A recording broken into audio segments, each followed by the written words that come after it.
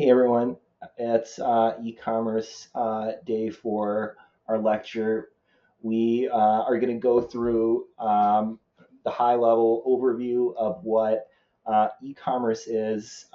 This is a little more high-level than we usually do, because the way that e-commerce is structured is almost more scientific than other areas, except digital advertising.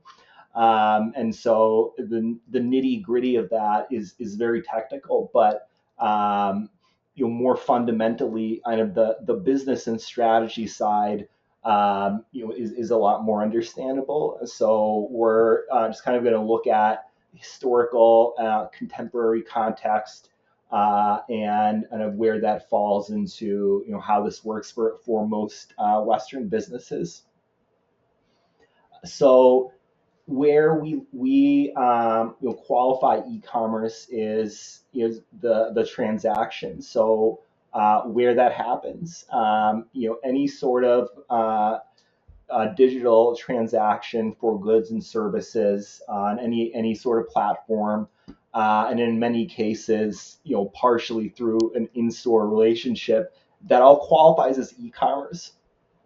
In most cases, this is going to be a website, Amazon.com, Target. Now as things are evolving, and even in the past, 10 years, there's a whole app ecosystem that also falls under e-commerce, and increasingly, all of these things are becoming blurrier. Um, what happened after the 90s when computers, just as a business tool, accelerated, is everybody wanted in. We had the .com bust, and kind of these multiple cycles of kind of boom and bust scenarios for the different pillars of e-commerce.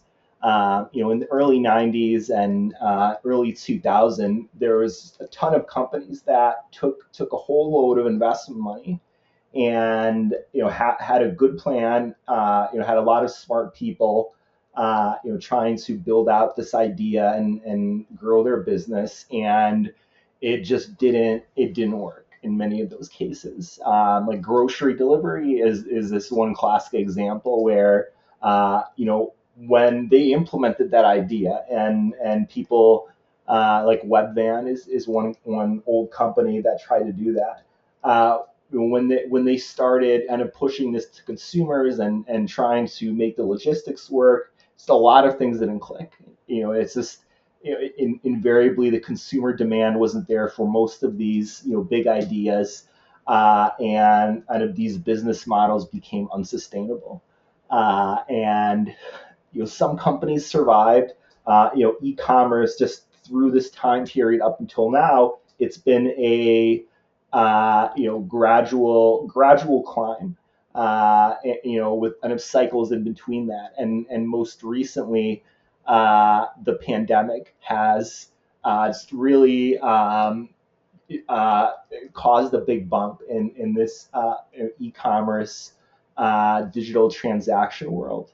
Um, we're still growing at a healthy pace. So we obviously, everybody's sitting around with phones glued to their screens. We're a digital society, but when you look at the size of a consumer's wallet and where that money is spent, a lot of that is not online. Physical retail is still a beast, and where the majority of people spend their money. Every year that climbs up, with the pandemic, it took a big jump, and that kind of sustained activity is post-pandemic activity is still there. But there's still a lot of ground to be walked, and kind of understood by the industry on where things are going. China is the leading market in e-commerce, and there's a lot to learn from China in how their society has integrated with this kind of transactional space. How industries are evolving. Certainly it's a different consumer. Different regulations, different it's a very different society. But when you are kind of looking into the unknown, any place you can reference and pull data is going to be helpful. And China is definitely a place to keep your eye on and understand where this activity could potentially pivot to in the future. Um, Fundamentally, e-commerce is makes a lot of sense, and there obviously just the digital device lifestyle that we live in makes this a clear winner, and what's going to be the easiest way for us to buy something. When you break all of this down, um, it's frequently more expensive for you to choose a solution for your product or service need in person. You When you kind of start a transaction journey online, there's more competition, there's more transparency. If you roll up to a mattress shop with your car on side of the freeway, you're probably not going to get as good of a deal as you would when you're in a shopping journey that has comparison shopping and just more transparency, and then convenience. Obviously, you it's the difference between being in physical and digital. Every store that you visit in real life, you have to walk to. That takes time. You have to have conversations. All you need is a few fingers, and you're able to kind of navigate 30 stores in 10 minutes. And the efficiency of shopping is much higher on a digital shopping journey, and there is more choice, there's more availability. Consumers win. And so there is also an advantage on the business side, but this is kind of less, is this more intangible. In theory, there should be lower operational costs, especially in regards to rent and utilities. That's not always the case. Scalability is also something that has some advantages as far as reaching a global audience, but there's a give and a take. When you compare physical retail and digital, in some cases you find that digital is very saturated and more competitive than expected. So some of those benefits are much you're going to find a lot less in depending on the category. The last thing that's very important is the consumer insights that businesses get. When you operate in a data-driven environment where everything you touch has a piece of data attached to it, you as an individual, as arbiter of decisions in the business, you can take that data and work smarter and work harder. And so that is a key success factor for many of the folks who come out on the other side with success and growth. So e-commerce fits into different categories. There's overlap. Overwhelmingly, most things are business to consumer. So Amazon, any brand that does business online. There's also business to business. So like less common, you're not really seeing that unless you're in that kind of transactional environment, but certainly business to business. I myself, do that with my own advertising agency. Consumer to consumer. So Craigslist, that counts as digital. This area comes with a load of problems. And so it's kind of interesting where the economics of e-commerce make a lot of sense for the invisible hand of the economy to kind of reach an equilibrium when it's groups of businesses competing against each other. With consumer to consumer, what happens is that lack of regulation with government in a commercial environment that ends up hurting consumers, and so there is absolutely a handicap on the amount of people who are willing to shop online and interface directly with other consumers, just based on risk, scams, fraud, all the bad things that happen on the internet. If there's no one to really protect you, and places like eBay help to a degree with that, but there are some gaps in this category that certainly are preventing consumer to consumer from being as popular as it maybe should be. And then consumer to business. So it's an interesting area. Um, Upwork is one platform that will qualify as consumer to business. I'd say this is less of a category, is more of an interesting perspective. And Upwork is, I would look at call it more of a marketplace than anything. Unified commerce. So this is conceptually the amalgamation of all the data and activities of a business into one kind of big wad of digital stuff. Um, the interactions between technology platforms and people, all of that, depending on how it's set up, has the ability to converge into a single kind of repository of information. In many cases, that is a e-commerce platform. Some businesses have moved everything they do online. The consumer-facing side, the business side. When all of the pieces of your business start working together, especially if you have a big business, that has a whole load of benefits.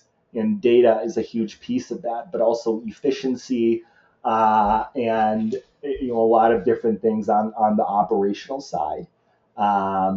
With increasing technology and sophistication, there's just more we can do with this.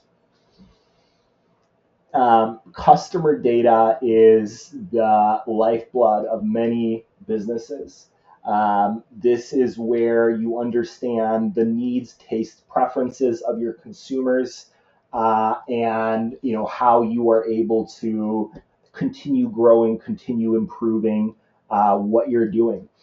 Uh, in some cases, when someone walks into any given e-commerce environment, they can kind of take this concept and look at the business and say, well, I looked at the data, like what, I didn't pull anything out. There's nothing there. And that may be true. What this is a philosophy, and it's not a philosophy that necessarily gives you a just tangible benefit every time you apply it, but it will absolutely have benefit, and something very impactful will fall on your lap at some point. If it doesn't, when you're just starting to pull all the pieces of a business together and just not finding anything, there are opportunities, but everything will depend on the business. And some e-commerce businesses know exactly who their customers are. They know exactly what they have to sell, and their path forward is pretty set. And the amount of impact that data has may be more limited. But if you're a company like Walmart and you can increase your profitability by 0.5% from some small insight, 0.5% of a multi-billion-dollar company is a lot of money. And so, especially with scale, this ends up mattering a lot. Marketplaces. So, marketplace. Amazon is a marketplace. It's a market. People come with their booths, sell stuff, and people walk through the market and buy stuff. It is the meeting of individuals on both the buying and selling side. Platforms provide many of the needs that a business has to actually sell their stuff. So Amazon has logistics, payment processing, customer service. All you have to do is show up with your product and do the stuff that Amazon can't. There's a lot of opportunity for this. Amazon sellers make a ton of money. It's a very good business, and without having to create this e-commerce infrastructure, there's a lot of ways for someone to kind of jump in and just start their own business, start selling things. However, we are in 2024. People have been running Amazon businesses for a decade now. It is congested. It is not as difficult, or excuse me, is not as easy as it once was. And so, if you kind of think you're gonna, buy a bunch of, bowls made in China, spoons and bowls made in China, and just randomly sell them on Amazon, you're going to be in for a surprise because someone's already doing that. Not just one person, probably thousands of people. And so, what these platforms have is opportunities for innovation and the same sort of novel solutions that are successful everywhere else. If you're going to be a successful fast food restaurant, what are you going to do that's better than the other fast food restaurants? How are you going to make a better burger? How are you going to make a more interesting brand? The same business logic that any new kind of brand entrant can apply, and has applied for the past 100 years in this modern commerce environment. That is where we're at for Amazon. We have reached a market equilibrium. In many of these categories, there's companies that have now been around for a while, and so if you want to play the game, it's going to be hard, and you have to innovate. Marketplace platforms. So Amazon is a beast. 50% of retail transactions start on Amazon. They are a beast to the point where it's actually they have a little too much power now as far as raising seller fees. Just how much benefit they pass along to consumers. They're very cognizant of that.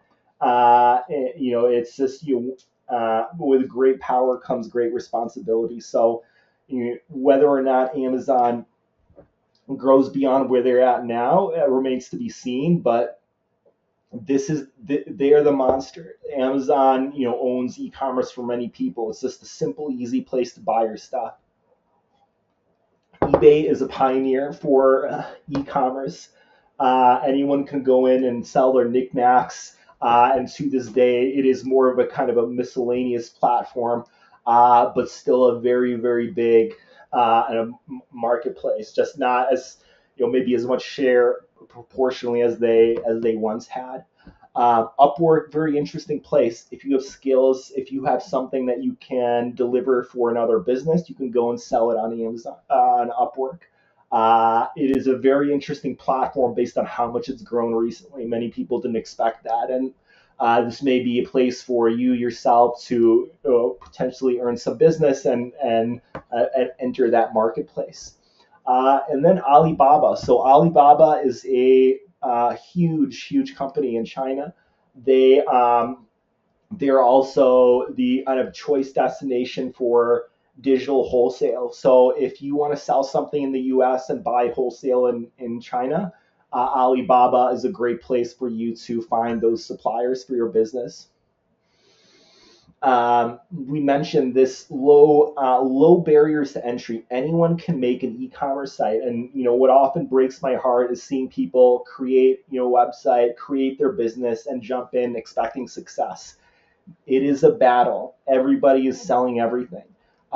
You also need logistics, payment processing, fulfillment. There's an operational infrastructure that a scalable business needs. But in such as we've discussed for other topics, looking at your competitors, understanding what the baseline, what the existing model does, and coming in to innovate and outdo those different factors for your own business. Take what they do and do it better. That's how you win.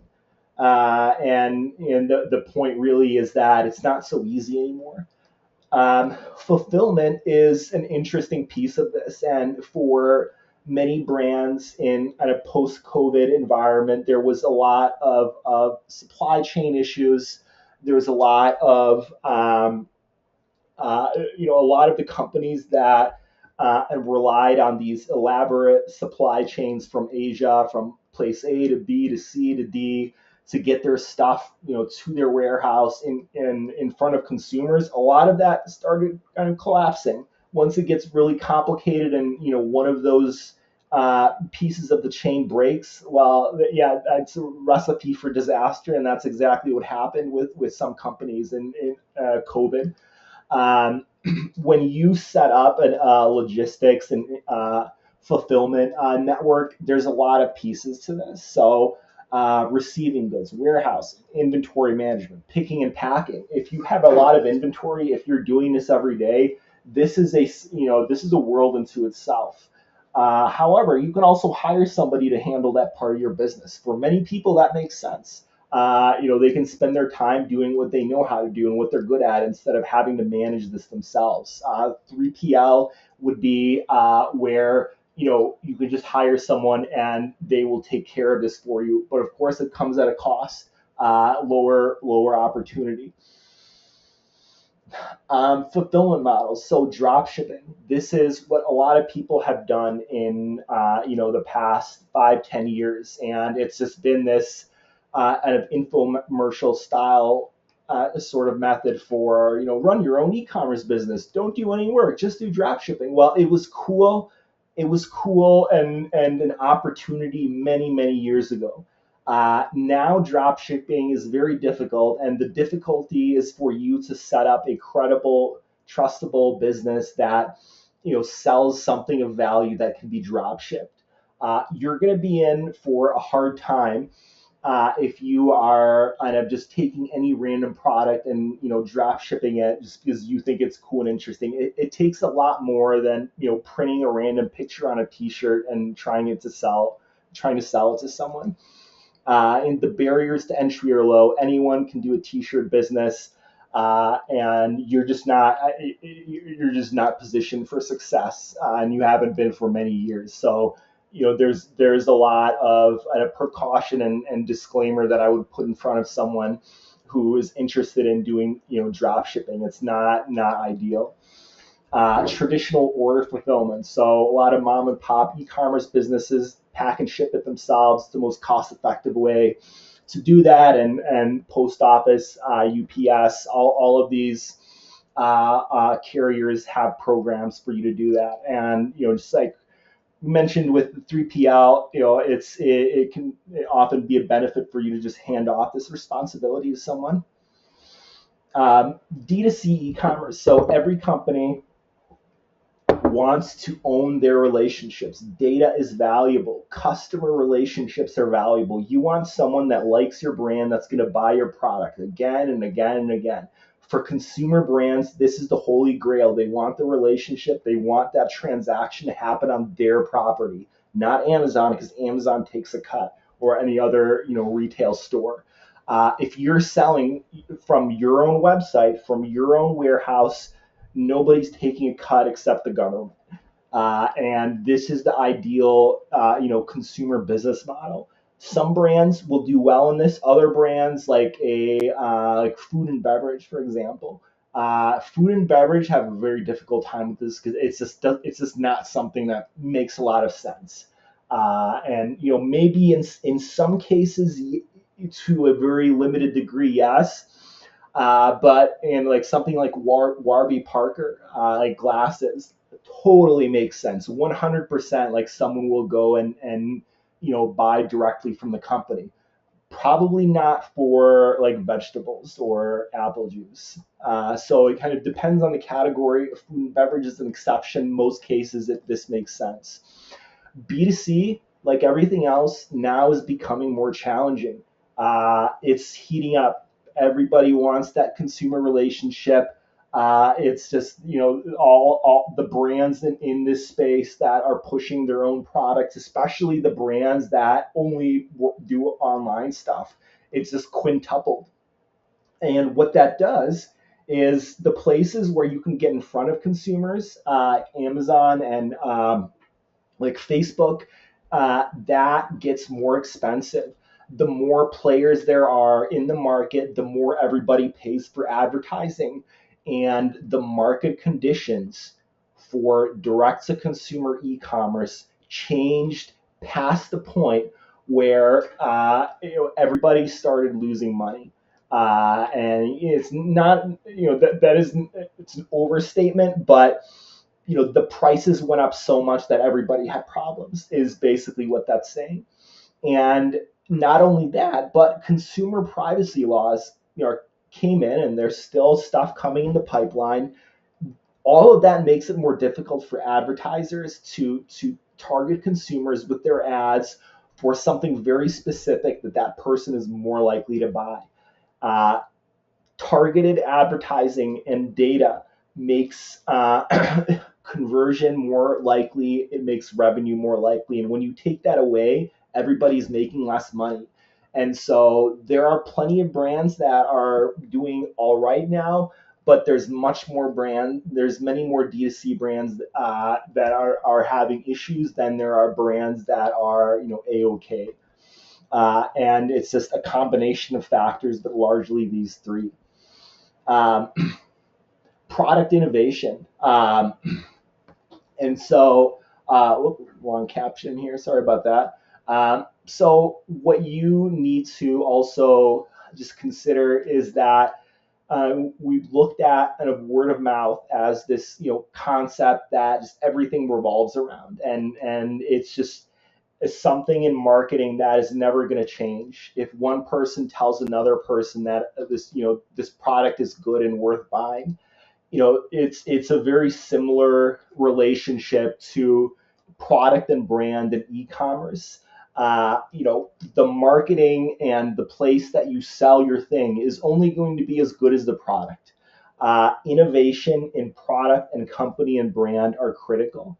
And so what a lot of companies are doing is this brand building, creating the relationship, growing their interaction with individual consumers, and just going for some of these metrics like customer lifetime value.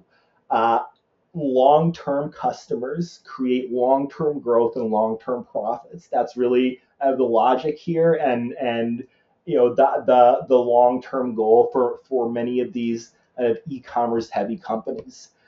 You want someone who's knee deep in their habit, that likes your brand, that's ready to spend as much or more money as they did on you yesterday.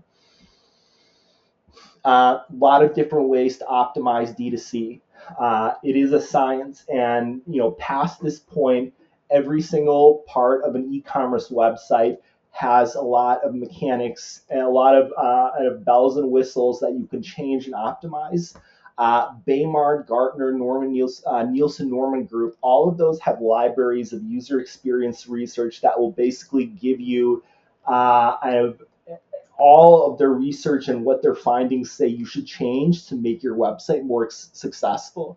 And so it really couldn't be more clear than this. So for e-commerce, there is a very specific way you should set up your website. And it's less so for other types of businesses, especially when that non-transactional. Social commerce is coming down the pipeline. It's not as heavy as many thought it would, but for Gen Z, for the youngest of consumers, they are totally willing and are buying stuff on social media. If your brand caters to the youngest of consumers, this is absolutely an area that you need to win in. And there's also new formats. And again, circling back to the very beginning of this, what is China doing? What are other countries experimenting with? Where are we heading? Things are changing rapidly, not quite so much on kind of the share of wallet, but the different ways that consumers are purchasing items, the different ways that websites work. Companies need to innovate. They need to keep pace first and then adopt all of these different technologies, all of these different formats and mediums to their own brand in a novel way so they can cut through the clutter and reach consumers. The takeaway is just innovation. It is competitive. You need to do something new and carve out a relationship with consumers. It's not as easy as it once was. So that's it for today. Let me know if you have any questions. Thank you guys.